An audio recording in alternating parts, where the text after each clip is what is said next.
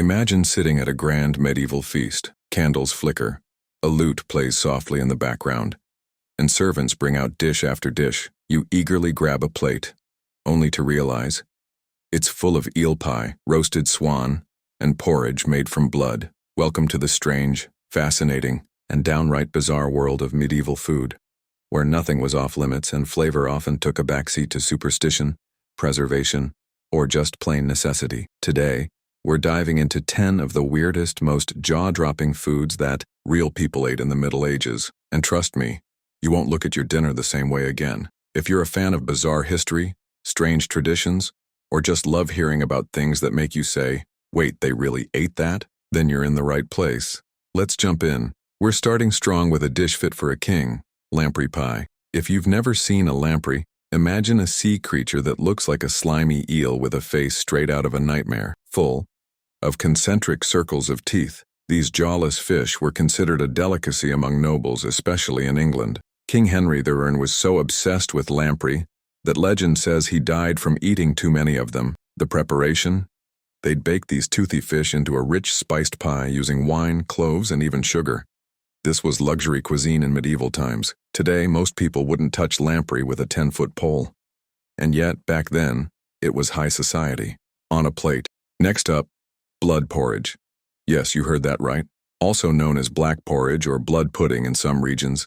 This dish was made by collecting fresh animal blood, often from pigs or cows, and mixing it with oats, barley, and herbs.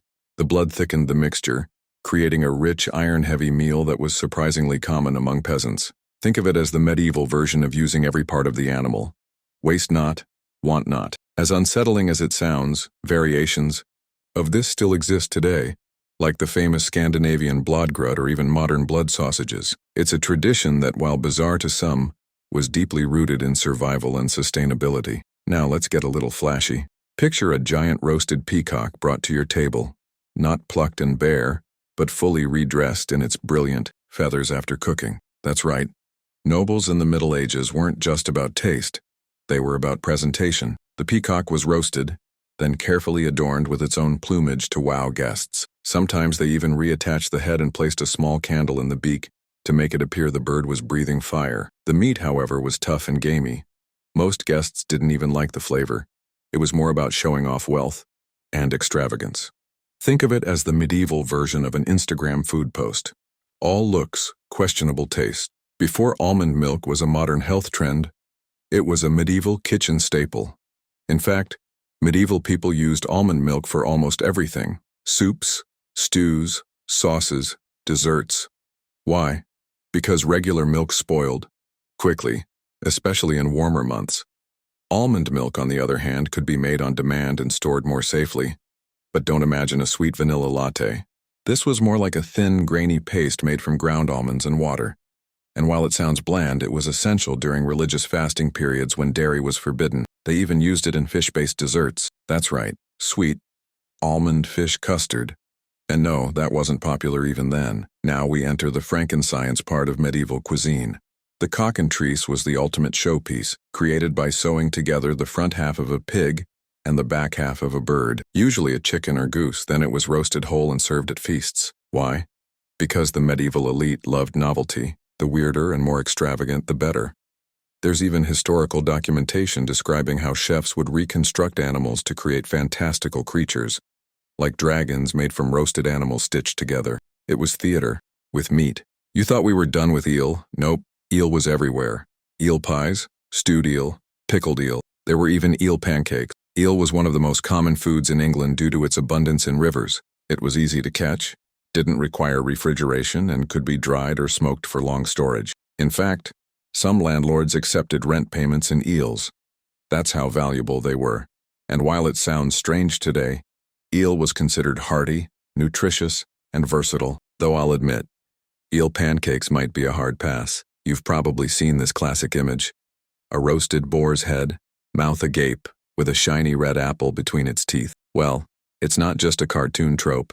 It was real, and it was one of the grandest medieval centerpieces. The head was carefully prepared, boiled to remove hair, roasted with spices, and presented with great ceremony. The apple wasn't just decorative. It was thought to purify the meat and sweeten the presentation. It was also tied to Christmas feasts, symbolizing prosperity and strength. Just imagine biting into a holiday roast while a boar's skull stared back at you. Festive. Yes, hedgehog, the spiky garden creature. Among the poorer classes, and sometimes in Romani cooking, hedgehogs were skinned, cleaned, and cooked into stew. They were said to taste like wild game, somewhere between pork and squirrel. And to remove the quills, people would wrap the hedgehog in clay and bake it over a fire. When the clay cracked, it pulled the spines out with it. It's not the weirdest survival food, but it definitely makes you appreciate modern grocery stores. Believe it or not, whale was a common dish among coastal medieval communities, and especially popular during Lent. Because the church allowed people to eat fish during fasting, and whales lived in the sea, they were technically considered fish. The meat was dark, fatty, and often salted to preserve it, making it chewy and strong in flavor. But it was allowed, and that's what mattered. Whale tongue in particular was prized among monks. Think about that next time you complain about bland fasting meals. Finally, we end with a true medieval oddity that still makes an appearance today. Aspic. Aspic is basically meat suspended in gelatin. Think of a savory meat jelly mold. In the Middle Ages, this was considered the height of sophisticated cuisine. To make it, bones were boiled until they released natural gelatin, then mixed with pieces of meat, vegetables, or even eggs, and cooled into a firm jelly. It looked like a medieval lava lamp and tasted about as appealing as it sounds, but it preserved food and made it fancy. So there you have it. 10 of the strangest, most fascinating, and downright unbelievable foods from the Middle Ages. While some of these dishes make us cringe today, they reveal so much about how people lived, survived, and celebrated centuries ago. Food wasn't just fuel. It was a symbol of class, creativity, and sometimes plain old resourcefulness. Which of these bizarre medieval foods shocked you the most? And would you ever try any of them? Until next time, stay curious, stay hungry for knowledge, and maybe skip the lamprey pie.